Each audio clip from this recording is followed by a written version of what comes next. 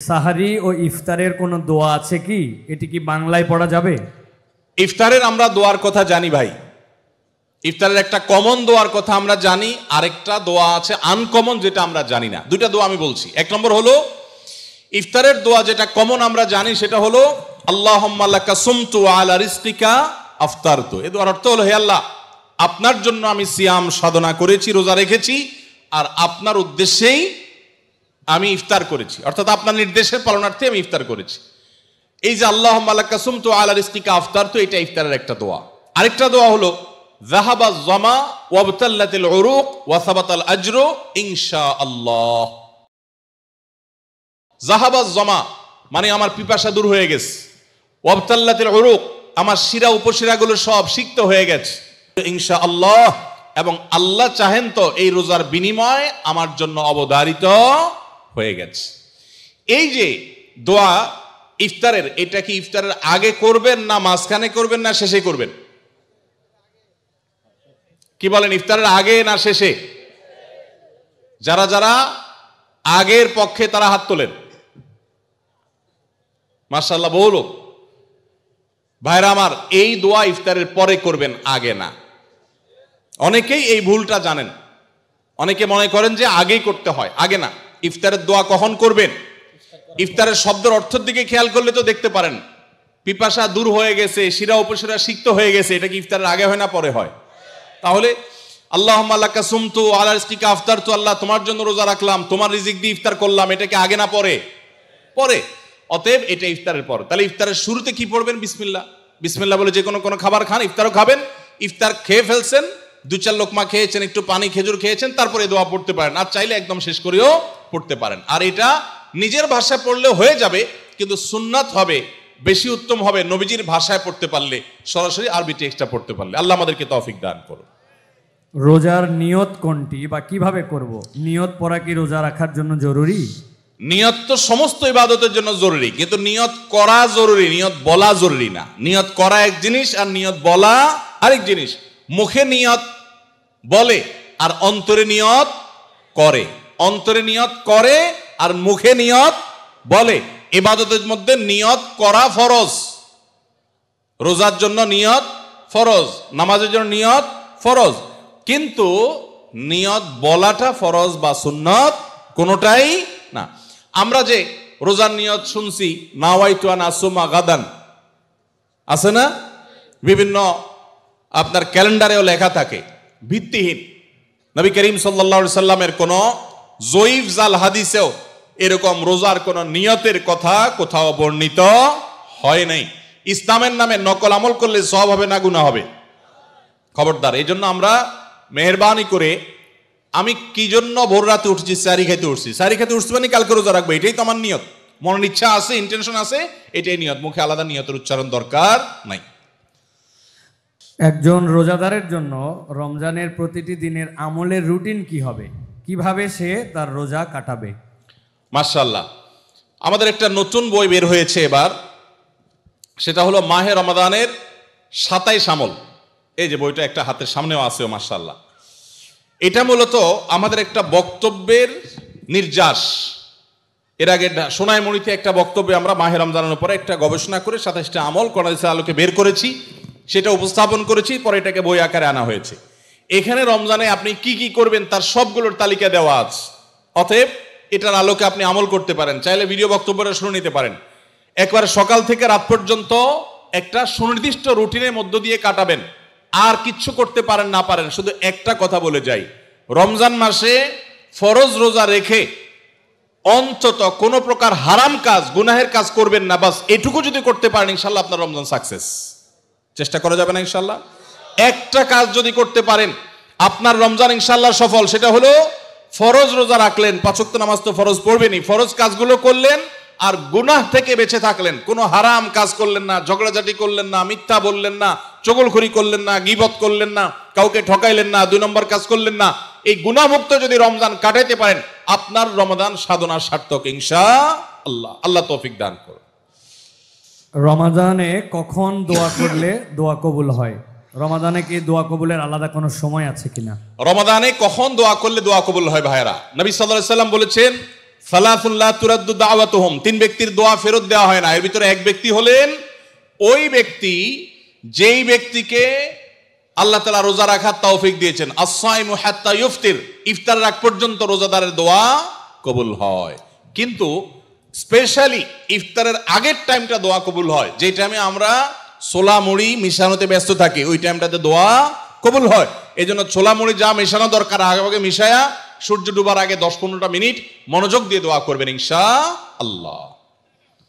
রমাদানে কিভাবে আল্লাহর কাছ থেকে ক্ষমা পাবো? গুনাহ মাফের সবচেয়ে বড় মাধ্যম কি? কিভাবে ক্ষমা চাইলে সব মাফ হয়? মেহেরবানি করে জানাবেন। ভাইরা আমার, ক্ষমা চাওয়ার জন্য আল্লাহর কাছে অনুতপ্ত হতে হবে যে আল্লাহ যত গুনাহ করেছি আপনি মাফ করে দেন। তওবা করতে হবে, লজ্জিত হইতে হবে, অনুতপ্ত হইতে হবে। এরপরে কায়মনোবাক্যে অন্তরের অন্তঃস্থল থেকে আল্লাহর কাছে দোয়া করতে হবে মাফ পাওয়ার জন্য। এবং বিশেষ করে সাহারির সময়, ভোর রাত, দোয়া কবুলের সময়গুলো বেশি বেশি করে দোয়া করে ক্ষমা চাইতে হবে, ক্ষমা নিতে হবে। ইফতারের আগ মুহূর্তটা এটা দোয়া কবুলের সময়, অতএব সেই মুহূর্তটা বিশেষভাবে দোয়া কবুল করতে হবে।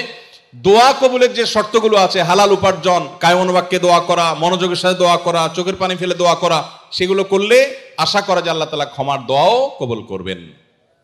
রোজা রেখে কোনো চুল বা নখ কাটা যাবে কিনা? রোজা রেখে চুল বা নখ কাটা যায় আপনাদের এলাকায়? যায়? আলহামদুলিল্লাহ, সহজ মাসালা। রোজা রেখে চুল বা নখ কাটলে রোজার কোনো অসুবিধা হয় না। রোজা রেখে সরিষার তেল গায়ে মাখলো কোনো অসুবিধা নেই। কোনো আপনার স্নো পাউডার ইত্যাদি ব্যবহার করলে এগুলোর কোনো অসুবিধা নাই, রোজা হয়ে যাবে ইনশাআল্লাহ। হুজুর, রমজান মাসে কন্যার বাড়ি থেকে ছেলের বাড়িতে ইফতার না পাঠালে শ্বশুর শাশুড়ি গালমন্দ করে, এমন অবস্থায় কি করা উচিত? কন্যার বাড়িতে কি ইফতার পাঠানো উচিত? আপনার কাছে জানতে চাই।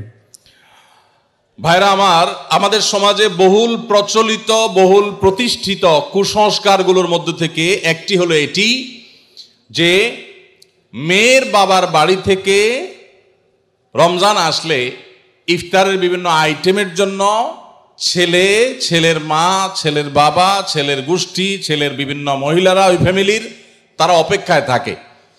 আল্লাহর জমিনে যদি 10টা নিকৃষ্টতম ছোট লোকই থাকে, তার একটা হলো এইটা। যুবক ভাইরা, কোন যুবক হাত তুলে বলতে পারবেন যে আমার শ্বশুরবাড়ি থেকে রমজান উপলক্ষে এরকম কোন ভিক্ষাবৃত্তি আমরা করতে দেই নাই? বলতে পারবেন কেউ? দেখি কার কার বুকে পাটা বলা আছে, হাত তোলেন। হয় নাই যাদের? বাবাজি আপনি হাত তুলছেন, আপনাদের আমল তো এগুলো ছিলই না। আপনি হুদাই ক্রেডিট নিচ্ছেন কেন? এগুলো তো নতুন, আমাদের দেশে নতুন ফিতনা শুরু হয়েছে। এই দাঁড়িয়ালা ভাই, আপনি হাত তুলছেন কি বুঝা? বলেন বলেন কি বুঝে হাত তুললেন? আপনার শ্বশুরবাড়ি থেকে ইফতার আসে নাই? হ্যাঁ, আসে নাই? বিয়ে করছেন? হ্যাঁ, বিয়ে করছেন, শ্বশুরবাড়ি থেকে ইফতার আসে নাই? গরিব তারা? মানে কারণ কি? ভাইয়েরা আমার, এদেশ থেকে যৌতুককে ওলামায়ে কেরাম মিম্বর থেকে, মাহফিলের মঞ্চ থেকে ঝেঁটিয়ে বিদায় করেছেন আলহামদুলিল্লাহ। যৌতুকের অভিশাপ থেকে এদেশকে মুক্ত করেছেন ওলামায়ে কেরাম। এক চেটিয়া অবদান এদেশের ওলামায়ে কেরামের এই কাজটার। যৌতুক চলে গেলে কি হবে? ইফতারের নামে যৌতুক এখনো বাকি আছে, এইটা আমাদের দূর করতে হবে কি হবে না? অনেক যুবক আছে, তারা বলে যে আমার শ্বশুরবাড়ির লোকেরা খুশি মনে দেয়। ভালো করে শুনে রাখেন, 2 নাম্বারের অপর নাম হলো এখন খুশি মনে দেওয়া। ঘুষখোর সেও বলে খুশি হয়ে দিস, যৌতুকখোর সেও বলে বেহিসাব খুশি হয়ে দিস। শুধু খুশি হয়ে না, জোর করেও দেয়। জোর করে দিবে না কি করবে? তার মেয়েটা শান্তি দরকার তার। আপনি যদি বাপের বেটা হয়ে থাকেন, মুসলমানের সন্তান হয়ে থাকেন, বিনয়ের সাথে শাশুড়িকে বলবেন, শ্বশুরকে বলবেন কোনো কিচ্ছু আমার এখানে পাঠাবেন না, পাঠালে আমি মনে কষ্ট পাবো, উল্টা পারলে আমি দিব। একটা কথা আমি সবসময় বলি ভাই, একটা মেয়েকে কষ্ট করে গর্ভধারণ করা, জন্মের পর থেকে নিয়ে তাদেরকে পড়ালেখা ভরণ পোষণ দিয়ে বড় করে যখন সে সার্বিকভাবে একজন পূর্ণাঙ্গ মানুষে পরিণত হয়েছে, সুশিক্ষিত হয়েছে, সুস্থ সবল হয়েছে, সুঠামদেহী হয়েছে, তখন তাকে ছেলে পক্ষের হাতে তুলে দেয়। সারা জীবন এই মহিলাটার পেছনে ইনভেস্ট করেছে কে? তার বাবা মা। আর ভোগ করছে কে? স্বামী এবং স্বামীর ফ্যামিলি। ঠিক না ভাই? ঠিক। পড়ালেখা করাইছে মেয়ের বাপ মা, ওই পড়ালেখা দিয়া, ওই শিক্ষা দিয়া স্বামীর ছেলে মেয়েকে সে পড়ালেখা করায়। ঠিক না ভাই? ঠিক। রান্না বাড়াটা শিখাইছে তার মা, ওই শিক্ষা দিয়ে রান্না বাড়া করে খাওয়ায় কারে? স্বামীকে, শ্বশুর শাশুড়িকে। ঠিক না ভাই? ঠিক। তাহলে উচিত হলো ছেলে পক্ষের মেয়ে পক্ষকে এটা বলা, বেহিসাবকে বলবে, ছেলের বাবা মেয়ের বাবাকে বলবে, বাবাজি বা ভাই, আপনার মেয়ে তাকে মানুষ করতে যত টাকা পয়সা লাগছে তার সব কিছু আমি দিতে চাই। এরপরও তো কোনো মানুষ কেনা যায় না, এটা কেনার জন্য দেওয়া না, অন্তত কৃতজ্ঞতা আদায়ের জন্য দেওয়া, এটা বলা দরকার ছিল। সেটা না করে উল্টা আস্ত একটা মেয়ে দিয়ে দিল, তার সাথে আবার আপনি যৌতুক আশা করছেন। আপনার চাইতে বড় ছোট লোক আল্লাহর জমিনে আর হতে। এই সমস্ত ভিখারিদেরকে ধরে ধরে আস-সুন্নাহ ফাউন্ডেশন ইফতার প্রজেক্টের জন্য পাঠায় দিবেন। আপনাদের এই মাঠেও ইফতার বিতরণ হয়, যাদের শ্বশুর বাড়ি থেকে ইফতারের দরকার হয় এদের সবাইকে আমাদের ওখানে পাঠায় দিবেন। কথা বুঝে আসছে? এখন এরপর থেকে হুদাই যায় আমাদের ওখানে সিরিয়াল ধরবে। সিরিয়াল ধরলে সবাই ইফতার পাবে। শর্ত হলো সে প্রকাশ্যে ঘোষণা দিবে, আমি শ্বশুরবাড়ি থেকে ইফতার প্রত্যাশী ছিলাম, কিন্তু সেখান থেকে ইফতার পাওয়ার কোনো ক্ষীণতম সম্ভাবনা না থাকায় আমি নিরুপায় হয়ে এখন আস-সুন্নাহ ফাউন্ডেশনের দ্বারস্থ হয়েছি। এইটা যদি আপনি ঘোষণা দিতে পারেন, আমাদের দিতে কোনো অসুবিধা নেই ইনশাআল্লাহ। ভাইরা আমার, এই কুসংস্কার আমরা দূর করবো তো ইনশাআল্লাহ। খুশি মনে বলতে কোনো কিচ্ছু নাই। খবরদার, মেয়ে পক্ষ যদি ইফতার পাঠায়, ছেলে পক্ষ পাঠায় না কেন? মেয়ে পক্ষ যদি 2 আনা পাঠায়, ছেলে পক্ষ 4 আনা পাঠানো উচিত। অনেক মহিলারা আছে ফ্যামিলির, তারা খোঁচাখুচি করে বৌমাকে। আল্লাহ আমাদের এই কুসংস্কার থেকে মুক্ত থাকার তৌফিক দান করুন। একজন 2টা প্রশ্ন করছেন। এক প্রশ্ন হচ্ছে, স্বামীর কথা শোনাটা যতটা জরুরি, স্ত্রীর কথা শোনাটা কি ততটা জরুরি নয়? স্বামীর কথা যতটা শুনবেন, স্ত্রীর কথাটাও কি ততটা শুনবেন কিনা? দেখুন, পৃথিবীতে ফ্যামিলি ব্যবস্থাপনা ইসলামে একটা আছে, আর এর বাইরে পশ্চিমাদের আরেকটা আছে। 2টা সিস্টেম। ইসলামের ফ্যামিলি ব্যবস্থাপনা হলো, আল্লাহ তাআলা কোরআনে পরিষ্কারভাবে নির্দেশ করেছেন, আর রিজালু কাওয়ামুনা আলান নিসা। পুরুষদেরকে আল্লাহ রাব্বুল আলামিন নারীদের উপরে দায়িত্বশীল করেছেন, তাদেরকে আল্লাহ তাআলা অভিভাবক বানিয়েছেন। এখন যদি কেউ নারী এবং পুরুষকে সমান সমান করতে চায়, তাহলে তার পরিণতি কি হতে পারে পশ্চিমের দিকে তাকালে বুঝতে পারবেন। ভাইরা আমার, একটা ছোট্ট মুদি দোকানও যদি আপনি চালাইতে হয়, একজন মালিক আরেকজন শ্রমিক বা কর্মচারী থাকা লাগে কি লাগে না? 2 জনই মালিক, সমান সমান শেয়ার, দুজনই দোকানটা পরিচালনা করে, দোকানটা ঠিক মতো চলবে? কারণ সকাল বিকাল গন্ডগোল বাঁধবে। ঠিক না বে ঠিক? এভাবে কোনো দোকান যদি না চলে, তাহলে একটা সংসার কখনো সুষ্ঠুভাবে চলতে আপনি কাউকে না কাউকে অভিভাবক মানতেই হবে।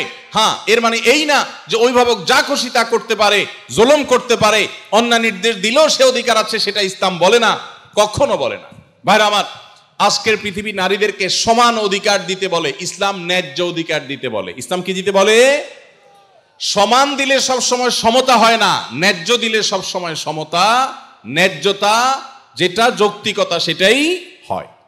আল্লাহ আমাদেরকে বুঝার তৌফিক দান করুন। মা বোনরা যদি যৌক্তিক কোনো আবদার, চাহিদা পেশ করেন, সেটা স্বামী কখনো কখনো শুনতে বাধ্য, যদি সেটা তার অধিকারের বিষয় হয়। আর কখনো কখনো বাধ্য না হলেও স্বামীকে আল্লাহ তাআলা উদ্বুদ্ধ করেছেন। নবী করিম সাল্লাল্লাহু আলাইহি সাল্লাম তার স্ত্রী আমাদের মা আয়েশা রাদিয়াল্লাহু তাআলা আনহাকে খেলা দেখতে নিয়ে গেছেন। আম্মা জান আয়েশা রাদিয়াল্লাহু তাআলা আনহা এই হাদিস বর্ণনা করার পরে বলেছেন, ফাকদুরু কদরাল জারিয়াতিল হাদিসাতি সিন্নি আল হারিসাতি আলাল্লাহ বে।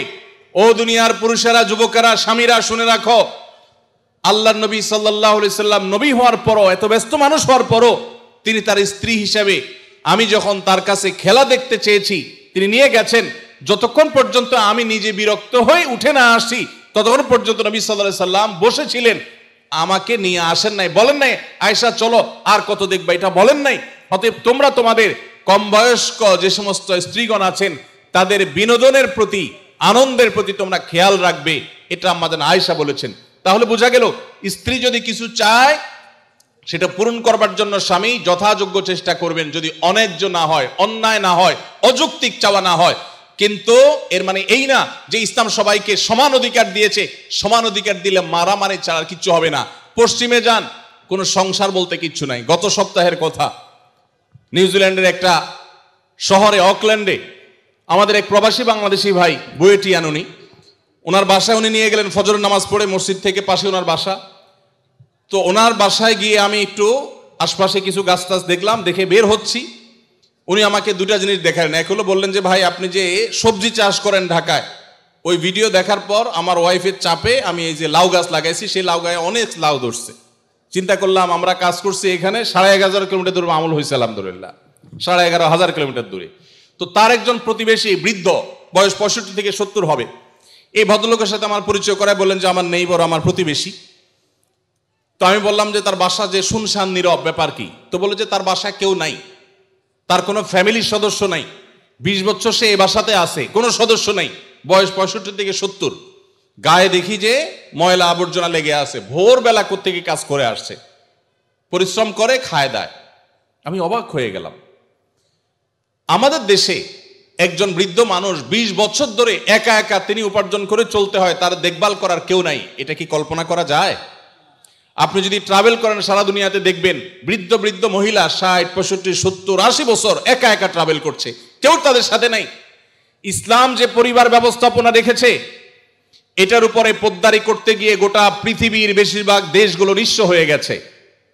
অতএব আমরা যারা আল্লাহর বিধানের সাথে পাল্লা দিতে যাব তাদের গোল্লায় যাওয়া ছাড়া কোনো উপায় থাকবে না। মেয়েদেরকে ইসলাম সমান অধিকার দিতে বলে না, কোনো কোনো ক্ষেত্রে ছেলেদের চাইতে বেশিও দিতে বলে, আবার কোনো কোনো ক্ষেত্রে কমও দিতে বলে, যেখানে যতটুকু প্রয়োজন ততটুকু। অতএব শেয়ানে শেয়ানে সমানে সমানে যদি নড়তে চান তো ওদের যে অবস্থা হয়েছে, সংসার ভেঙে গেছে, পরিবার ব্যবস্থা ভেঙে গেছে, সে অবস্থা আমাদের হবে। আমি ওই ভাইকে জিজ্ঞেস করলাম এই লোকটা ফ্যামিলি ছাড়া কেন থাকে, কারো কি একা থাকতে ভালো লাগে? তখন তিনি আমাকে বললেন ভাই সাধে থাকে না, এই জন্য ফ্যামিলি ছাড়া থাকে যে বইয়ের সাথে তো 2 দিনে বেশি 3 দিন বনবে না। নিয়ম হলো, আইন হলো, বেশিরভাগ উন্নত দেশগুলোর আইন একই রকম। 3 বছর যদি বিবাহ লাস্টিং করে, বিচ্ছেদ হলে স্বামীর যা উপার্জন আছে তার অর্ধেক স্ত্রী, স্ত্রীর যা উপার্জন আছে তার অর্ধেক স্বামী পেয়ে যাবে।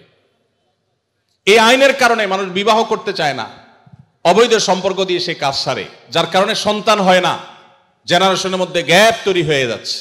আল্লাহ তাআলা আমাদেরকে ইসলামের মতো সুমহান জীবন বিধান দিয়েছেন, এর চেয়ে যৌক্তিক, এর চেয়ে সুন্দর, এর চেয়ে সুখ, এর চেয়ে দাম্পত্য শান্তি আর কোন সমাজে কল্পনা করা যায় না। আল্লাহ তাআলার শুকর সেজন্য। কাউকে কর্জে হাসানা হিসেবে টাকা ধার দিলে সেই টাকার কি যাকাত দিতে হবে? কারণ সেই টাকা কখন পাবো অনিশ্চিত। ভাইরা আমার, অনেক দরকারি একটা প্রশ্ন। আপনি কাউকে লোন দিয়েছেন, হাওলাত দিয়েছেন, কবে দিবে জানেন না, যাকাত দিতে হবে কি হবে না? উত্তর হলো কোনো টাকাই যাকাত মুক্ত থাকবে না যদি সেটা নেসাবকে স্পর্শ করে। এখন ধরুন আপনি আমাকে 1 লাখ টাকা লোন দিয়েছেন, 1 লাখ টাকা কি নেসাব টাচ করে না করে না? করে।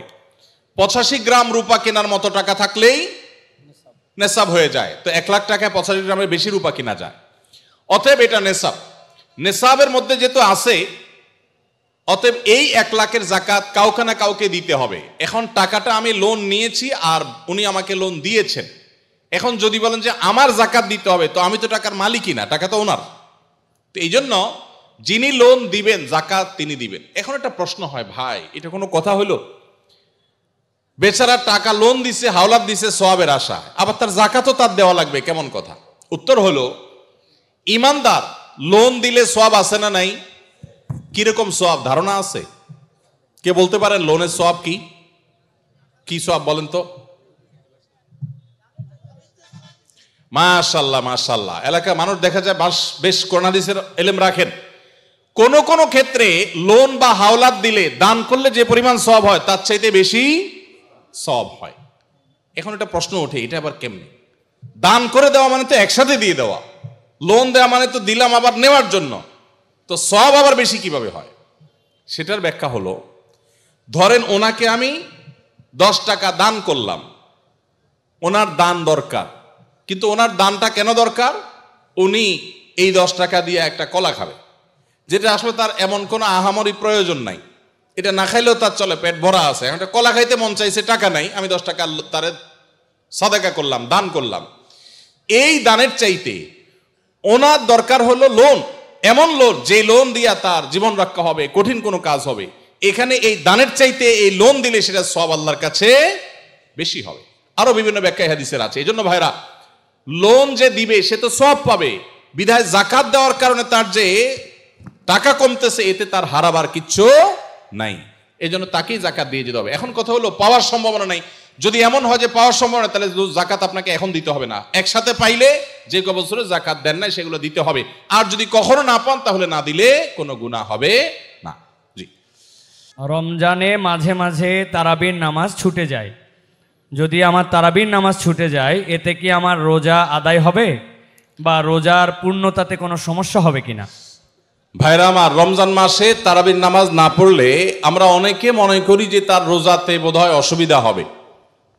এটা সম্পূর্ণ ভুল ধারণা। তারাবি একটা ইবাদত, রমজানের রোজাটা আরেকটা ইবাদত। যেহেতু তারাবি না পড়লেও রমজানের রোজা হয়ে যায়, তাহলে তারাবি পড়ার কি আর দরকার আছে? কেন? রোজা তো হয়ে যাবে।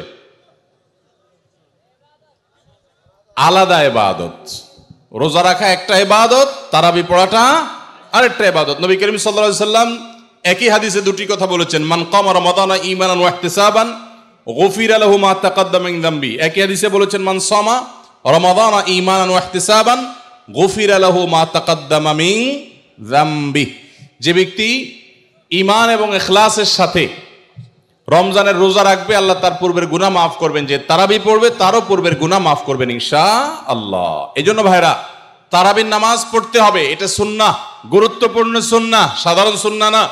নবী সাল্লাল্লাহু আলাইহি সাল্লাম ছাড়েন নাই, সাহাবীরা ছাড়েন নাই, কোনো ওযর ছাড়া তারাবি ছাড়া যাবে না।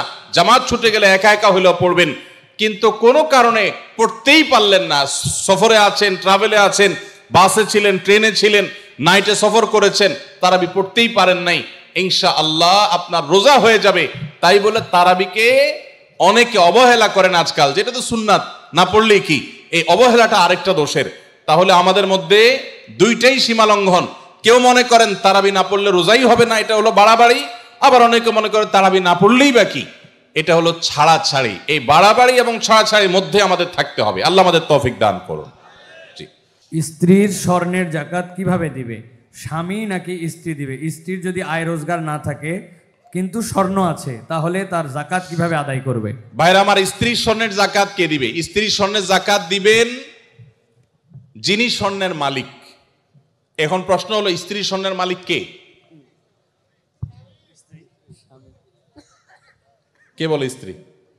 আপনি দিয়ে দিয়েছেন একসাথে? ঠিক আছে। এদিকে একবার বলছেন স্বামী, আমার ভাই মুফতি মোহাম্মদ আলী ভাই বলছেন স্ত্রী।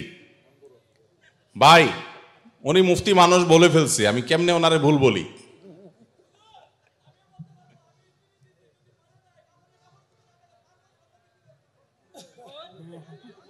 মাশাআল্লাহ মাশাআল্লাহ, আমার পক্ষে লোক আছে।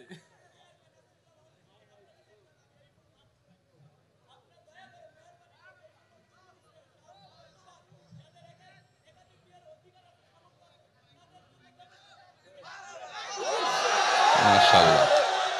যুবক পোলাপান একটাই পায় না, আপনি কোন একাধিক? আমরা একটা চিন্তা শেষ হয়ে যেতেছি, একটারে বাপ মা বিয়ে করেন, আপনি কোন একাধিক বিয়ে করাইতে? আল্লাহ তাআলা যুবকদের একটা বিয়ে অন্তত ব্যবস্থা করুক, এরপরে যার সাধ্য তৌফিক থাকবে শর্ত সাপেক্ষে সে ইনসাফ করতে পারলে একাধিক করবে। যাই হোক ভাই, বউয়ের স্বর্ণের মালিক কি বউ না স্বামী?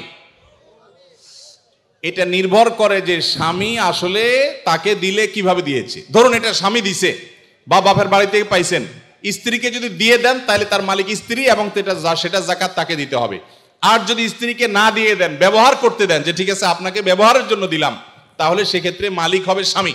এটা ক্লিয়ার করতে হবে। এখন মুশকিল হলো, স্বামী স্ত্রী যদি এগুলো নিয়ে আলাপ উঠায়, আমাদের দেশে আমরা এত ভালো, মানে অতি ভালো যেটাকে বলে, বউ যদি এখন যায় ঘরে যদি জিজ্ঞাসা করেন স্বামীরে, এই আর বউরে জিজ্ঞাসা করেন যদি যায়, আচ্ছা বলো তো দেখি তোমার এই স্বর্ণগুলো আসলে মালিকটাকে, সাথে সাথে সে বলবে, ব্যাপার কি, তোমার মাথায় এই চিন্তা কেন আসলো, কাহিনী কি, তুমি কি ডানে বামে কোনো চিন্তা ভাবনা করছো, কি ব্যাপার? আমরা কত সরল সহজ চিন্তা করেন। একটা সম্পদের মালিকানা ক্লিয়ার হওয়া লাগবে কি লাগবে না? স্ত্রীকে যদি জিজ্ঞাসা করেন, আচ্ছা তোমার যে স্বর্ণগুলো আছে এগুলো আসলে মালিক কি তুমি না আমি, কে? অবশ্য আজকাল মেয়েরা এগুলো বলবে না, বেশিরভাগ মেয়েরা বলবে, বলো কি, তোমার সন্দেহ হয় আমি যে ব্যাপারে কোনো সন্দেহ আছে? যদি স্ত্রী মালিক হয় তাহলে স্বর্ণের জাকাত স্ত্রীকে দিতে হবে। আর যদি আপনি স্ত্রীকে ব্যবহার করতে দেন, বলেন যে তুমি ব্যবহার করো, আমি চাইলে যে কোনো সব বিক্রি করে ফেলবো, তাহলে সেক্ষেত্রে আপনাকে জাকাত দিতে হবে। এখন মুশকিল হলো, বেশিরভাগ ক্ষেত্রে এই সমস্ত ইস্যুতে আমরা চিটারি করি অনেকে। কিভাবে? স্ত্রীকে দিছে, তার ধান্দা আছে বিদেশে যাওয়া লাগলে ভিসা পাওয়া গেলে বিক্রি করে দিবে, ওইটা বললে তো বউ খেপে যাবে, এই জন্য ডাইরেক্ট কিছু বলে না, পাম্পটে দিয়ে হুদাই মিশা কথা বলে তারে খুশি করে, আবার যখন দরকার হয় তখন যা বিক্রি করে ফেলে, আছে না নাই? তো এই দুই নাম্বারই করা চলবে না, ক্রিস্টাল ক্লিয়ার হতে হবে। আরবিতে একটা প্রবাদ আছে, তাআমালু কালা জানিব ওয়া তাআশারু কালা কারিব। আর্থিক লেনদেন হবে অচেনা মানুষের মতো, আর সাধারণ আচার আচরণ হবে সবার সাথে চেনা মানুষের মতো। এই জন্য ক্লিয়ার করবেন। এখন প্রশ্ন হলো, স্ত্রী যদি স্বর্ণের মালিক হয় উনি কোত্থেকে জাকাত দিবেন? তার তো উপার্জন নাই। উত্তর হলো, তিনি প্রয়োজনে স্বামীর থেকে নিয়ে দিবেন, স্বামীকে রিকোয়েস্ট করে বলবেন তুমি আমারটা আদায় করো, যে কোনো ভাবে করবেন, বা স্বর্ণের কোনো একটা অংশ সেল করবেন, কোনো না কোনো ভাবে তাকে জাকাত আদায় করতে হবে। স্বর্ণের মালিক মানে তিনি ধনী, অতএব প্রয়োজনে স্বর্ণের কিছু অংশ বিক্রি করে হলেও তাকে জাকাত দিতে হবে। তবে স্বামী যদি আদায় করে জাকাত আদায় হয়ে যাবে, স্ত্রী যদি সেটা জানে যে উনি আদায় করছেন। জি, আমি একজন ট্রাক ড্রাইভার, আমার পরিবার এবং সন্তান আছে, কিন্তু আমার স্ত্রী আমার কথা শোনে না, আমার করণীয় কি? ভাইরা আমার, মা বোনরা স্বামীদের কথা না শোনা, স্ত্রীরা স্বামীদের কথা না শোনা, এটা একটা ব্যাধিতে পরিণত হয়েছে। পশ্চিমাদের মুখরোচক স্লোগানে আমাদের অনেক মুসলিম নারীরা বিভ্রান্ত হয়ে গেছেন। মনে রাখবেন, কোন নারী যত রকম ইবাদত বন্দিগি করুক, তিনি যদি স্বামীর সাথে সবসময় আড়াআড়ি করা, স্বামীকে ইগনোর করা, তাকে অমান্য করার মানসিকতা তার মধ্যে তৈরি হয়, তাহলে তিনি কখনো নেককার মুসলিম নারী হতে পারেন না। যে ভাই প্রশ্ন করেছেন তাকে বলবো, বিয়ের আগে এটা ভাবা দরকার ছিল যে এই মেয়ের মধ্যে আল্লাহর ভয় আছে কিনা। যদি কেউ মুত্তাকি হয়ে থাকে, সত্যিকারে মুসলিম হয়, আল্লাহ ভীরু হয়, তিনি কখনো স্বামীর অবাধ্য হতে পারেন না। কোনো বিষয় নিয়ে মনোমালিন্য হতে পারে, মতভিন্ন হতে পারে, কিন্তু তাই বলে অবাধ্য হওয়া যেটা বলে সেটা হতে পারে না। এখন এই বোনকে আপনি মোটিভেশন দেন, তাকে ভালো মুসলমান বানাবার চেষ্টা করেন, আপনার কথা শোনানোর চাইতে তাকে আল্লাহর আনুগত্য করেন, আল্লাহর আনুগত্যে আনেন। আল্লাহর আনুগত্যে আসলে সে স্বামীর কথা এমনি শুনবে ইনশাআল্লাহ। পরিচিত এক হিন্দু বোনের প্রশ্ন, যে সন্তানটা মুসলিম বাবা মার ঘরে জন্ম হয় সে সাধারণত মুসলিম হিসেবে জীবন অতিবাহিত করে, আর যে সন্তান হিন্দু বাবা মার ঘরে জন্ম নেয় সে সনাতনী ধর্মে দীক্ষিত হয়। এতে মানুষের তো কোনো হাত নেই, স্রষ্টার চাওয়াতেই তো সে হিন্দু ঘরে জন্ম নিয়েছে, মুসলমান না হলে তাকে কেন জাহান্নামে যেতে হবে? তার জন্য ধর্মান্তরিত হওয়া কি সহজ কথা? ঠিকানা দেবিদ্বার, কুমিল্লা। ধন্যবাদ। যেই হিন্দু বোন প্রশ্ন করেছেন সেই বোনকে আমি বিনয়ের সাথে বলতে চাই, আল্লাহ রাব্বুল আলামিন আমাদের প্রত্যেককে বিবেক দিয়েছেন। যাকে আল্লাহ বিবেক দেন নাই, যিনি মানসিকভাবে সুস্থ নন, সেই লোকটা এই জবাবদিহিতার আওতায় নাই। আল্লাহ যাকে সুস্থ বিবেক দিয়েছেন তাকে তার বিবেক সত্যের প্রতি অনুসন্ধান করার, সত্যের পথ খুঁজে বের করার শক্তি সামর্থ্য দিয়েছেন। এটা ঠিক যে মুসলিম পরিবারে জন্মগ্রহণ করার কারণে একজন শিশু একটা অ্যাডভান্টেজ পায় ইসলাম গ্রহণ করবার জন্য। একজন শিশু তিনি অন্য ধর্মাবলম্বী মা বাবার ঘরে জন্মগ্রহণ করার ফলে সে এই অ্যাডভান্টেজটা পায় না, এটা ঠিক। কিন্তু আল্লাহ যে তাকে বিবেক বুদ্ধি দিয়েছেন, সেই বিবেক বুদ্ধি খরচ করা তার কর্তব্য। তার কাছে ইসলামের দাওয়াত যদি পৌঁছে থাকে, ইসলাম যে একমাত্র সত্য ধর্ম, সেই আহ্বান যদি পৌঁছে থাকে, আল্লাহ কোরআনে বলেছেন ইন্নাদ-দীন ইনদাল্লাহিল ইসলাম, ইসলাম হলে আল্লাহর কাছে একমাত্র মনোনীত দিন। আল্লাহ বলেছেন ওমান ইয়াবতাগি গায়রাল ইসলামি দীনান ফালান ইউকবালা মিনহু, যে ব্যক্তি ইসলাম ছাড়া অন্য কোন ধর্মকে দ্বীন হিসাবে গ্রহণ করবে সেটা আল্লাহর কাছে অ্যাকসেপ্ট হবে না। এই যে অ্যাকসেপ্টেড হবে না দিন ছাড়া, অন্য ইসলাম ছাড়া অন্য কোনো কিছু, এই দাওয়াত পৌঁছার পর তার দায়িত্ব হয় তার বিবেককে খরচ করা, এটা আসলেই সত্য দিন কিনা সেটা অনুসন্ধান করা। সে এতটুকু যদি না করে তাহলে সে তো আল্লাহর কাছে দায়ী হবে। হ্যাঁ, যেটা আপনি বলেছেন যে অমুসলিম পরিবারে জন্মগ্রহণ করে ইসলাম গ্রহণ করা কি সহজ কাজ? না, সহজ কাজ না, কঠিন কাজ। আর এই কঠিন কাজের জন্যই তো তার বিনিময় এত বেশি যে সে যত পাপ করেছে আল্লাহ তাআলা এই কঠিন কাজটা করার কারণে তার সব মাফ করে দিবে। আল ইসলামু ইয়াহদিমু মা কানা ক্বাবলাহু, ইসলামের আগে সবগুলো আল্লাহ তাআলা মাফ করে দিবেন, কারণ সেই কঠিন কাজটা করেছে। মুসলমানকে তো এরকম আল্লাহ তাআলা তার পুরো প্রোফাইল ডিলিট করে দেওয়ার মতো কথা বলেন নাই। এটা নতুন ইসলামে যারা আসবেন তাদের জন্য রয়েছে। আর যারা খ্রিস্টানদের সম্পর্কে আল্লাহ বলেছেন আহলে কিতাবদের সম্পর্কে যে তারা যদি ইসলামে আসে তাদেরকে ডাবল সওয়াব আল্লাহ তাআলা দিবেন, কষ্ট হবে, ফ্যামিলির বিরুদ্ধে তাকে যেতে হবে, এই জন্যই তো আল্লাহ তাআলা এই রিওয়ার্ড গুলো তাকে দিচ্ছেন। আল্লাহ আমাদের সবাইকে হেদায়েত লাভ করার তৌফিক দান করুন। কাউকে আল্লাহ তাআলা মুসলিম বাবা মার ঘরে জন্মগ্রহণ করিয়ে অ্যাডভান্টেজ দিয়েছেন, কাউকে আল্লাহ তাআলা মুসলিম সোসাইটির মধ্যে রেখে অ্যাডভান্টেজ দিয়েছেন, কাউকে আল্লাহ বিবেক বুদ্ধিতে শার্প রেখে তাকে অ্যাডভান্টেজ দিয়েছেন। অ্যাডভান্টেজ সবাই কম বেশি পাচ্ছে, তবে আমাদের কাছে শুধু নিজেদের দুর্বলতাটাই চোখে পড়ে। আল্লাহ আমাদেরকে হেদায়েতের পথে পরিচালিত করুন, বলুন আমিন। স্বামী আদেশ করলেই কি শ্বশুর শাশুড়ির সেবা করতেই হবে? সেবা করতে গিয়ে অনেক সময় আমি অসুস্থ হয়ে যাই, এক্ষেত্রে ইসলাম কি বলে? ভাইরা আমার, স্বামী যদি আদেশ করে যে আমার বাবা মার খেদমত করো, এখন বোনের প্রশ্ন হলো আমি অসুস্থ হয়ে গেলেও কি স্বামীর সে নির্দেশ মানতে হবে কিনা? উত্তর হলো না। যদি এই পর্যায়ের হয় যে আপনি শ্বশুর শাশুড়ির সেবা করতে গিয়ে আপনি সুস্থ না থাকেন, এই পর্যায়ের আপনার সেবার প্রশ্ন আসে, তো আপনি নিজেকে অসুস্থ করে ফেলে তারপরে শ্বশুর শাশুড়ির খেদমত করতে হবে, এত কঠিন নির্দেশ ইসলাম আপনাকে দেয় নাই। তবে এ জাতীয় ইস্যুতে আমি অনুরোধ করব, কোনো ভালো বিচক্ষণ বিদগ্ধ আলেমের কাছে দেখা করে উভয়ের পরিস্থিতি পর্যালোচনা করে অ্যাসেসমেন্ট করিয়ে তারপর সমাধান নেওয়ার চেষ্টা করবেন। কারণ এখানে আপনার কাছে যেটাকে মনে হচ্ছে বাড়াবাড়ি, আদতে সেটা খুব নরমাল বিষয় হতে পারে। এই জন্য তৃতীয় পক্ষের কারোর সহযোগিতা নিলে সেটা সবচেয়ে ভালো হয়। এই প্রশ্নোত্তরের সংক্ষিপ্ত সেশনে আমরা অল্প কথা উত্তর দিয়ে গেলে আপনার ভুল বোঝার সম্ভাবনা আছে। সেজন্য কোনো দক্ষ আলেমের কাছে, বিচক্ষণ ইমাম সাহেবের কাছে গিয়ে দুজন মিলে তারপরে পুরো অবস্থা জানাবেন। শরীয়ত মৌলিকভাবে মেয়েদের জন্য শ্বশুর শাশুড়ির খেদমত করাকে ফরজ ওয়াজিব করে নাই, কিন্তু স্বামীর প্রতি তার যে শ্রদ্ধা ভালোবাসার দাবি আছে, সেই দাবি থেকে যে স্বামীটা সারাদিন আমার সংসার সন্তানের উন্নতির জন্য কষ্ট করে, সেই স্বামীটার অগোচরে তার উপরে কর্তব্য তার বাপ মার সেবা করা। তিনি যেহেতু আমার কাজে গেছেন, আমি তার জন্য একটু হেল্প করলাম, তার হয়ে একটু কাজ করলাম। তাছাড়া মা বাবার মতো বয়সী মানুষ তারা যখন আশেপাশে তাদের সেবা করার মানসিকতা থাকা দরকার। কিন্তু সেই সাথে এটাও ঠিক যে আমাদের সমাজে অনেক শ্বশুর শাশুড়ি আছে আস্ত জোয়ান তাগড়া সুস্থ সবল, এরপরও সে আশা করে বসে থাকে বৌমা সব করে দিবে। এটা খুব বাজে একটা অভ্যাস। অনেক শ্বশুর শাশুড়ি আছে তারা মনে করে বৌমা ঘরে আসছে মানে হলো কাজের মেয়ে ঘরে আসছে, অতএব আমাদের এটা বাই ডিফল্ট পাওনা হয়ে গেছে। এটা খুবই বাজে একটা উদাহরণ। শ্বশুর শাশুড়িদেরও আল্লাহর কাছে বিচার আছে, তারা জুলুম করলে, সীমা লঙ্ঘন করলে তাদেরও দায় আল্লাহ তাআলার কাছে থাকবে। নিজের মেয়েটা তাকে দিয়ে কোনো কাজ করায় না, আরেক ঘরের মেয়ে আসছে তাকে দিয়ে সারাদিন গাদা খাটনি করা, এটা জুলুম। অতএব জুলুমও করা যাবে না। আবার বোনরা শ্বশুর শাশুড়িদেরকে ইগনোরও করবেন না। আল্লাহ তাআলা আমাদেরকে আল্লাহর নির্দেশকে যথাযোগ্যভাবে মানার তৌফিক দান করুন। বেনামাজি মানুষ মৃত ব্যক্তিকে গোসল করাতে পারবে কিনা?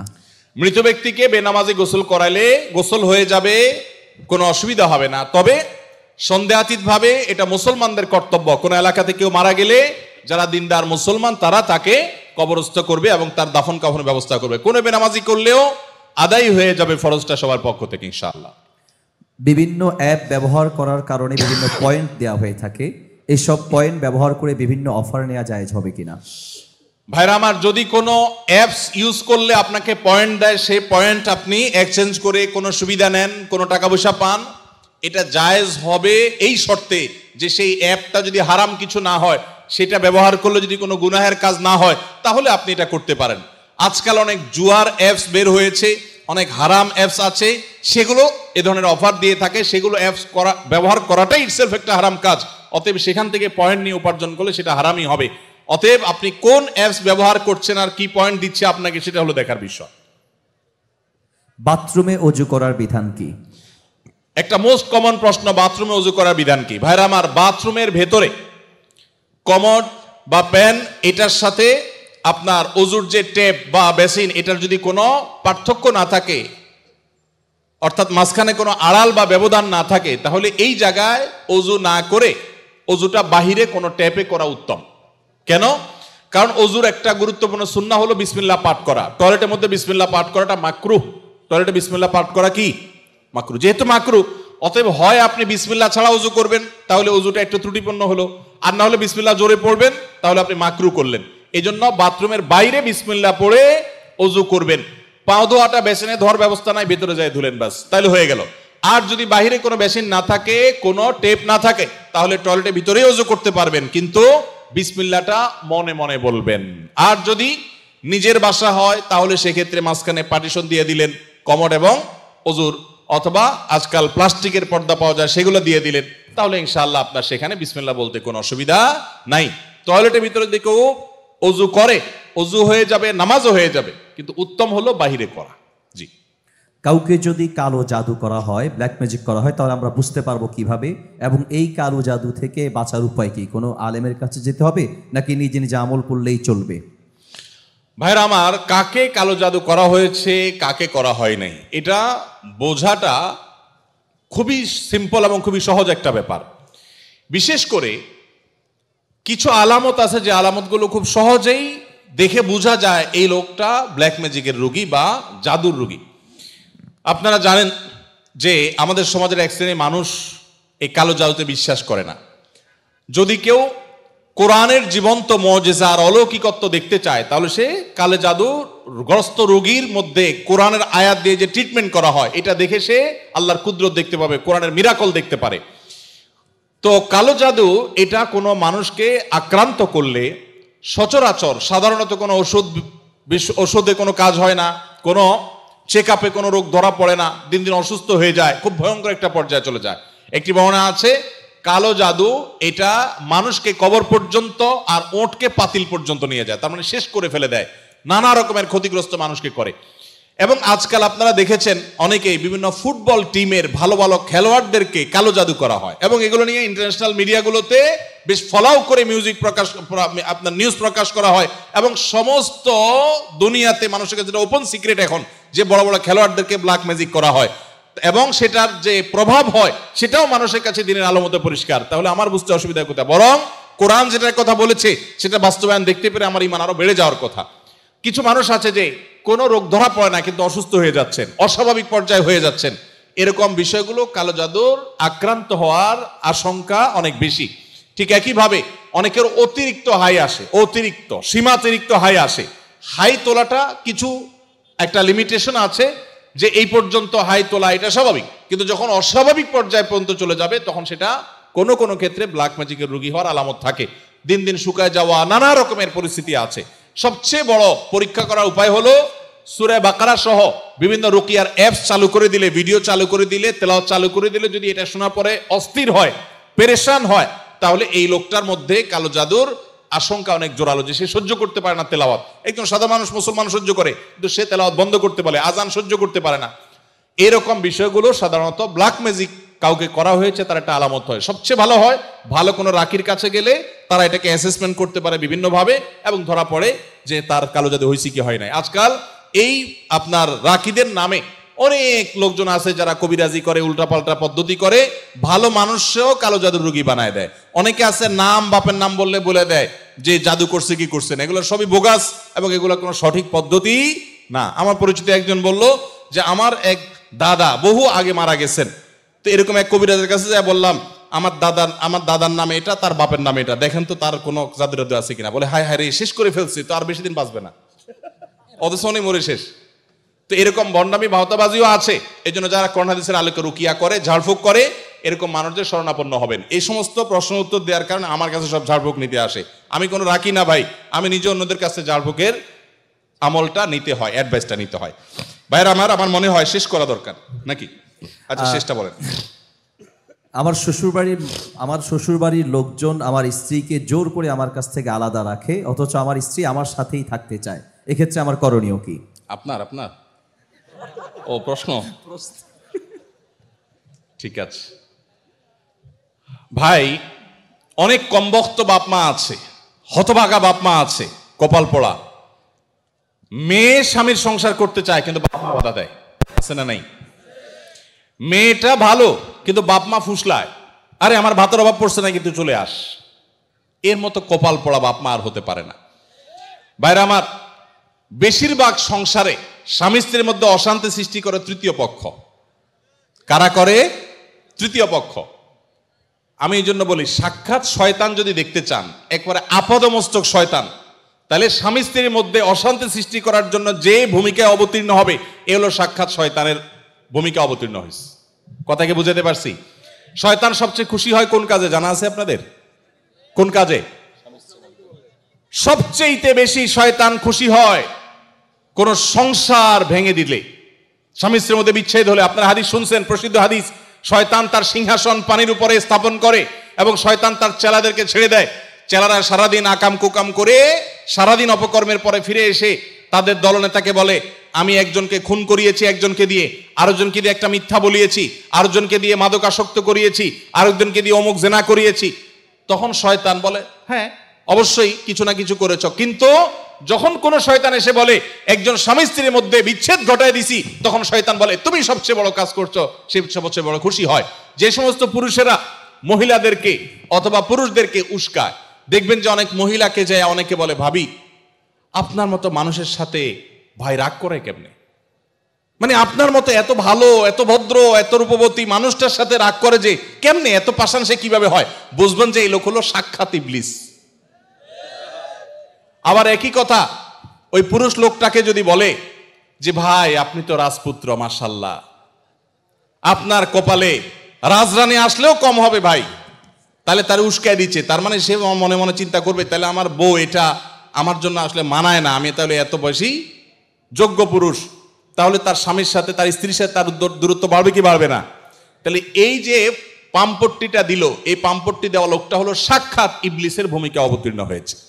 অতএব খবরদার, স্বামী স্ত্রীর মধ্যকার অশান্তি সৃষ্টি করার জন্য কেউ তৃতীয় পক্ষের ভূমিকা রাখবেন না। এমনকি সেটা যদি বাপমাও যদি হয়, সে বাপমা আল্লাহর কাঠগড়ার আসামি হবেন।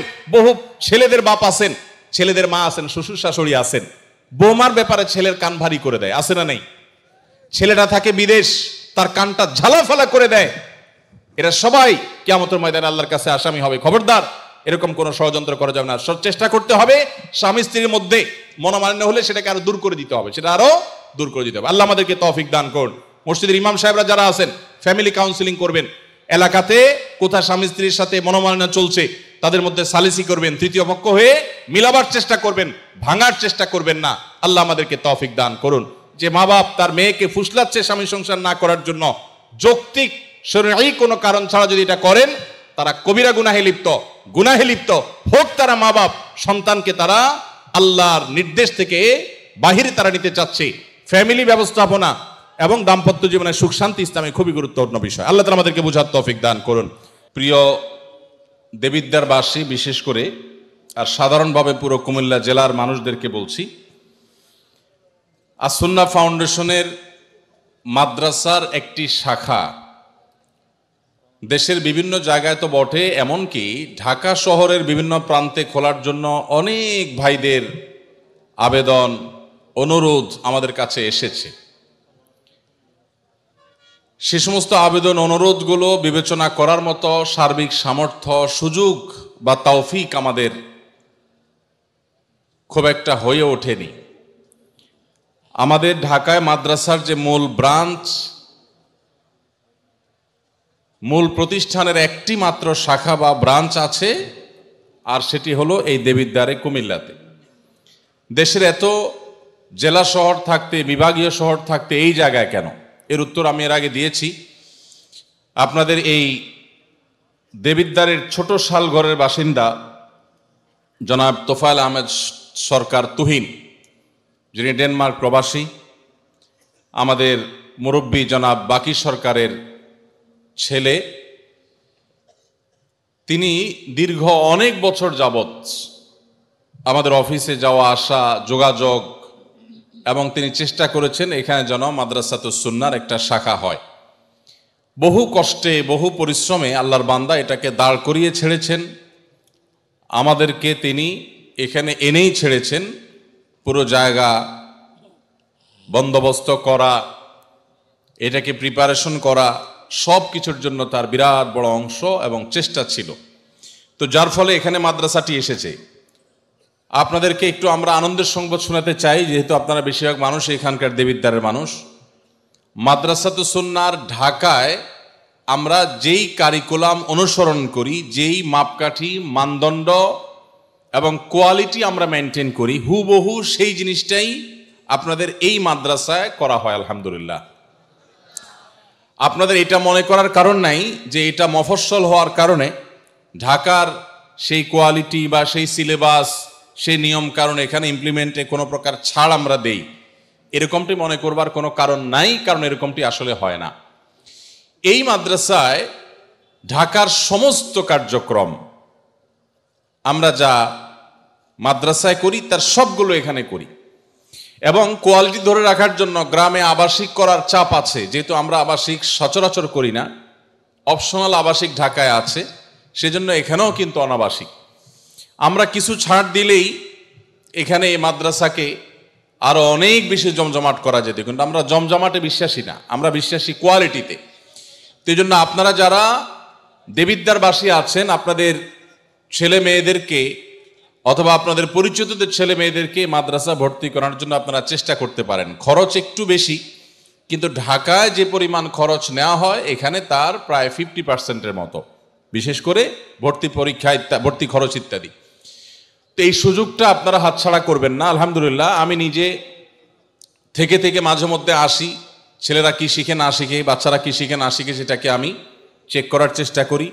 এবং আলহামদুলিল্লাহ, ঢাকা থেকে আমাদের প্রশিক্ষিত যে কর্মীরা আছেন, টিচাররা আছেন, তারা এখানে এসে সার্ভিস দিচ্ছেন। আমরা এখানে স্থানীয়ভাবে নিয়োগ দিয়ে অল্প স্বল্প বেতনে কোনো রকম টিচার দিয়ে আমরা চালাতে পারতাম। এখানকার প্রায় সমস্ত শিক্ষক, এমনকি সাধারণ স্টাফ, সব ঢাকা থেকে তারা প্রশিক্ষণের পর, অভিজ্ঞতার পর, তারপর তাদেরকে এখানে পাঠানো হয়। উদ্দেশ্য কোয়ালিটি যাতে কোনো প্রকার ফল না করে। তো আসুন্নাহ ফাউন্ডেশনের এই সুবর্ণ সুযোগ আপনারা হাতছাড়া করবেন না। আল্লাহ তাআলা এই মাদ্রাসাকে দ্বীনের মার্কাজ হিসাবে, ইলমের মার্কাজ হিসাবে কবুল এবং মঞ্জুর করুন। আমাদেরকে আল্লাহ তাআলা ইখলাসের সাথে কাজ করবার তৌফিক দান করুন। আমরা এই দেশের শত শত আলেম তৈরি করতে চাই কি চাই না? শত শত দাঈর আল্লাহ তৈরি হোক আমরা চাই কি চাই না? তাহলে সেক্ষেত্রে এই শত শত আলেম তৈরি করার জন্য এই প্রতিষ্ঠানগুলোকে আমাদের গড়ে তুলতে হবে। আল্লাহ আমাদেরকে তৌফিক দান করুন। সেই সাথে আসুন্নাহ ফাউন্ডেশনের যে সমস্ত সেবামূলক কার্যক্রম আছে, সেগুলো কুমিল্লা কেন্দ্রিক কার্যক্রমগুলো বেশিরভাগ এই মাঠে পরিচালিত হয়ে থাকে। এবছরও শীতবস্ত্র বিতরণ এখান থেকে হয়েছে, বৃক্ষরোপণ এখান থেকে হয়েছে, অন্যান্য কার্যক্রম হয়েছে। আপনারা যারা আশেপাশে আছেন তারা এই মাদ্রাসার শুভাকাঙ্ক্ষী, হিতাকাঙ্ক্ষী হবেন, অন্তত দোয়ার মধ্যে সামিল রাখবেন, চেষ্টা করা যাবে না ইনশাআল্লাহ। আল্লাহ আমাদেরকে তৌফিক দান করুন। দ্বিতীয় সুসংবাদ আপনাদেরকে শুনাই, সেটা হলো মাদ্রাসার বিশাল বড় মাঠ আপনারা দেখেছেন। আজকাল স্কুল বলেন, মাদ্রাসা বলেন, শিক্ষা প্রতিষ্ঠানে বাচ্চাদের দৌড়াদৌড়ি করার মতো, খেলাধুলা করার মতো খোলামেলা মাঠের বড় অভাব। মফস্বলের প্রাইভেট স্কুল বা মাদ্রাসাগুলো পর্যন্ত ছোট ছোট ফ্ল্যাট বাড়ি নিয়ে করা হয়, সেগুলোতে বাচ্চাদের দম ফেলার মতো সুযোগ হয় না। বাসায়ও সারাদিন বন্দি থাকে, মাদ্রাসা বা স্কুলে থাকলেও বন্দি থাকে। বাচ্চাদের বিকাশ কিভাবে হবে সুস্থভাবে? আপনারা দেখছেন এখানে মেইন রোডের সাথেই জায়গার কত মূল্য। এই পুরো জায়গাটা বাচ্চাদের খেলাধুলার জন্য ওপেন রাখা হয়েছে। এইটাকে আরো কার্যকরভাবে ব্যবহার করার জন্য একটা উদ্যোগ নেওয়ার কথা আমরা পরিকল্পনা করছি, ভাবছি, কিছুটা অগ্রসর হয়েছে। আপনাদের দোয়া দরকার যাতে আল্লাহ বাস্তবায়ন করে। 10 থেকে 15 লক্ষ টাকা খরচ করে, এই টাকার ব্যবস্থা আমাদের কাছে নাই, আমরা দোয়া দুরুদ পড়তেছি, আল্লাহ যেন ব্যবস্থা করে দেন। আমরা ইনশাআল্লাহ মাঠের এক পাশ থেকে যতদূর যায় আমরা অনেকগুলো রাইডের ব্যবস্থা করব, যে পুরা দেবিদ্বার থানায় কোথাও এগুলো নাই, কোনো জায়গায় নাই। সেরকম কিছু বাচ্চাদের খেলাধুলার কিছু রাইডের ব্যবস্থা আমরা এখানে রাখবো। বেশ কিছু টয়েস আইটেম এখানে রাখবো। এই টয়েস আইটেমে শুধু আমাদের মাদ্রাসার ছেলেরাই খেলবে না, অত্র এলাকার যত বাচ্চা কাচ্চা আছে বা যে কোনো জায়গা থেকে বাচ্চা কাচ্চা আসবে তারা সবাই খেলতে পারবে, কিন্তু শর্ত থাকবে। সে হয়তো দিন শিখবে, সে নামাজ পড়বে, সে ভালো কিছু শিখবে।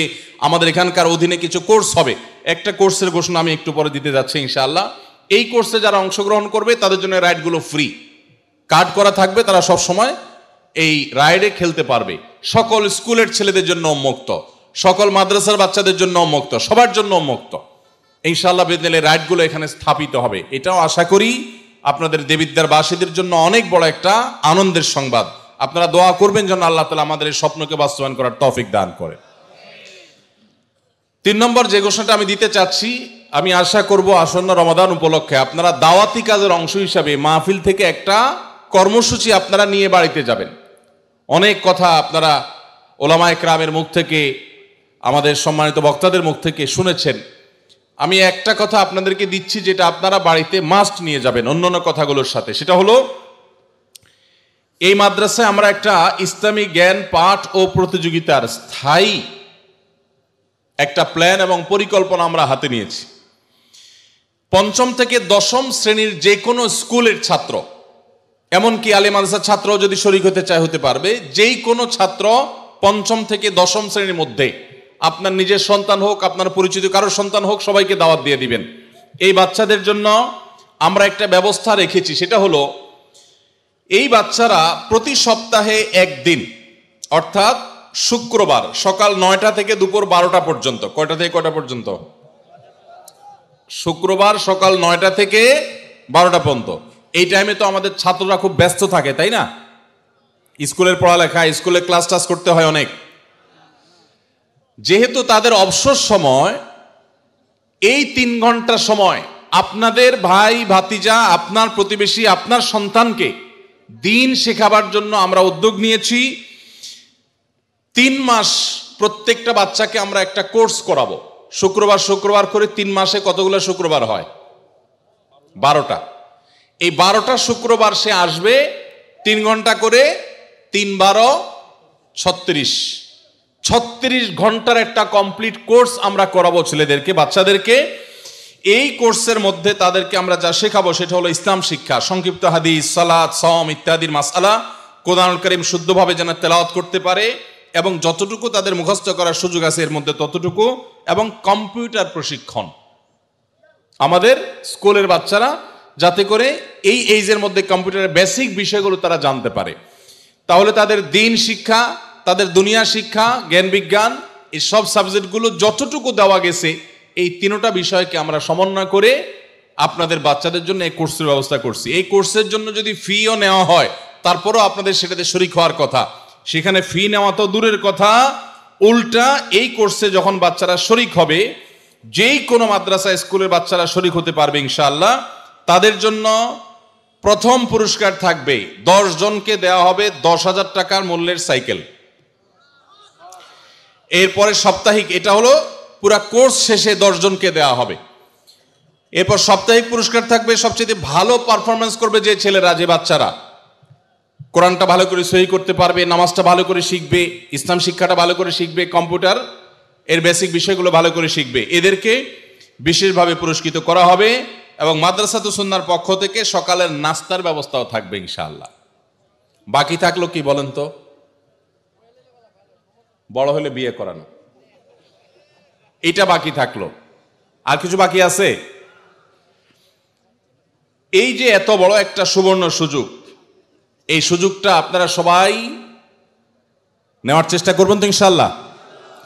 নিজে আপনার পরিবারের কোনো বাচ্চাকে ইনভলভ করবেন বা অন্যদেরকে দাওয়াত দিয়ে দিবেন, চেষ্টা করা যাবে না ইনশাআল্লাহ। আপনাদের চেষ্টার মাধ্যমে যদি 5টা বাচ্চা দিন শিখতে পারে, ওর জীবনের সঠিক রাস্তায় উঠে যেতে পারে, তাহলে আপনারা সওয়াব পাবেন কি পাবেন না ইনশাআল্লাহ। আল্লাহ আমাদেরকে তৌফিক দান করুন। এখানে রেজিস্ট্রেশনের জন্য সর্বশেষ তারিখ হলো 25শে ফেব্রুয়ারি। মাদ্রাসায় এসে যোগাযোগ করে নাম নিবন্ধন করে রেজিস্ট্রেশন করে ফেলবেন, কোনো ফিটি লাগবে না। আর মাত্র 4 দিন আছে সময়। কয়দিন আছে? 4 দিন।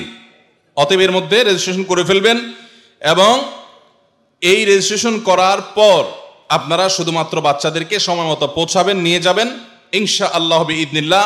আপনার বাচ্চা যাতে দেশের যোগ্য নাগরিক হয়, ভালো মুসলমান হয়, নীতিবান আদর্শবান মানুষ হয়, তার জন্য আস-সুন্নাহ ফাউন্ডেশন এবং মাদ্রাসাতুস সুন্নাহ সার্বিকভাবে আপনাদের জন্য চেষ্টা করবে ইনশাআল্লাহ। আপনারা খুশি হয়েছেন সবাই? আপনারা চিন্তা করতেছেন বাচ্চাদের শুনলাম, আমাদের বুড়াদের জন্য কি? তো ভাই ঠিক বলতেছে, আপনাদের জন্য কম্বল আছে শীতের, কম্বলের দরকার নাই আলহামদুলিল্লাহ। বাচ্চাদেরকে পেলে বাচ্চার বাপ মা অটোমেটিক পাবে ইনশাআল্লাহ। যারা যুবক আছেন এখনো বাচ্চার বাপ মা হন নাই, আল্লাহ তাআলা তাদেরকে তাড়াতাড়ি বাচ্চার বাপ মা হওয়ার তৌফিক দান করুন। জি ভাই, বাহ, বিরাট খুশি। এই দোয়াতে পোলাপান যত খুশি, আর কিছুতে এত খুশি না। মাশাআল্লাহ। আল্লাহ আমাদের মুরব্বীদেরকে হেদায়েত দান করুন, তারা তাদের সন্তানদেরকে সময়মতো বিয়ে দেওয়ার গুরুত্ব বুঝার তৌফিক দান করুন। আমরা সামনের বছর থেকে, আমি তো মাহফিল করি না, মাদ্রাসার মাঠে হচ্ছে, সেজন্য তুহিন ভাই আমাকে একরকম জবরদস্তি আনছেন। আমরা আশা করব সামনের বছর মুরব্বীরা এই মাহফিলের মঞ্চে কমপক্ষে 20টা করে যৌতুক মুক্ত বিয়ের ব্যবস্থা করবেন। কি বলেন? আল্লাহ তাআলা আমাদের মুরব্বীদেরকে তৌফিক দান করুন। শুধু মুরব্বীদের দিকে চায় থাকবেন না, আপনারাও চেষ্টা করবেন কিছু উপায় উপার্জন করার জন্য। আল্লাহ আমাদেরকে তৌফিক দান করুন। ভাইরা আমার, আলহামদুলিল্লাহ দীর্ঘ সময় পর্যন্ত আপনারা অনেক কথা শুনেছেন, আর অনেক প্রশ্ন আমার কাছে ছিল। এই প্রশ্নের উত্তর ইনশাআল্লাহ বিদিল্লাহ আমরা অন্য কোথাও, বগুড়াতে পরশুদিন আমাদের প্রোগ্রাম আছে ইনশাআল্লাহ, সেখানে আমরা সর্বশেষ এবছরের প্রোগ্রাম ইনশাআল্লাহ, সেখানে আমরা উত্তর দেওয়ার চেষ্টা করব। আমরা যে সমস্ত কথা শুনলাম, জানলাম, বুঝলাম, আল্লাহ আমাদের সবাইকে আমল করার তৌফিক দান করুন। শেখ আবু বকর মক্কি হাফিজাহুল্লাহ আসছেন তুহিন ভাইয়ের অনুরোধে, সেই লক্ষ্মীপুর থেকে আসছেন। মাশাআল্লাহ, আপনারা অনেকে অনলাইনের মাধ্যমে তাকে চিনেন। তো যেহেতু সময় আমাদের কাছে অনেক টাইট, অনেক বেশি আলোচক ছিল, এই জন্য আমরা তার কথা শুনতে পারলাম না। আল্লাহ রাব্বুল আলামিন তার ইলমে আমলে বরকত দান করুন, বলুন আমিন। আলহামদুলিল্লাহ, এখানে অনেক উলামায়ে কেরাম সমবেত হয়েছেন। আমাদের বাকি সরকার সহ মুরব্বীরা যারা এই মাহফিলের জন্য কষ্ট করেছেন, বিশেষ করে সরকার বাড়ির যুবকরা যারা কষ্ট করেছে, তাদের সবাইকে আমি বিশেষভাবে শুকরিয়া জানাই। অনেক অর্থ করে দিয়ে শরীক হয়েছেন। আল্লাহ তাআলা আমাদের সবার এই মাহফিলকে কবুল এবং মঞ্জুর করেন। এই এলাকার সমস্ত মুর্দাদেরকে আল্লাহ তাআলা মাফ করে দেন। মাদ্রাসাতুস সুন্নাহকে আল্লাহ তাআলা কবুল এবং মঞ্জুর করেন। সবাই দোয়া করবো তো ইনশাআল্লাহ। আর আসুন্নাহ ফাউন্ডেশন থেকে যে কোরআন বর্ষ উপলক্ষে সামনের রমজানে কোরআন প্রতিযোগিতার আয়োজন করা হয়েছে, জানেন তো আপনারা? 3 জনকে ওমরা সহ লক্ষ লক্ষ টাকার পুরস্কার, ফ্রি ওমরা 3 জনকে লক্ষ লক্ষ টাকা পুরস্কার সহ পুরা 30 পারা কোরআন অর্থ সহকারে পড়বেন। রমজানের শেষ জুমা অথবা 27 রমজান ফজরের পরে ইনশাআল্লাহ অনলাইনে আমার পেজে পরীক্ষা দিতে হবে। শুধু প্রশ্ন উত্তর, শুধু থেকে তর্জমা থেকে প্রশ্ন হবে ইনশাআল্লাহ। সবাই সেটাতে শরীক হওয়ার চেষ্টা করবেন। জাযাকুমুল্লাহ খাইর।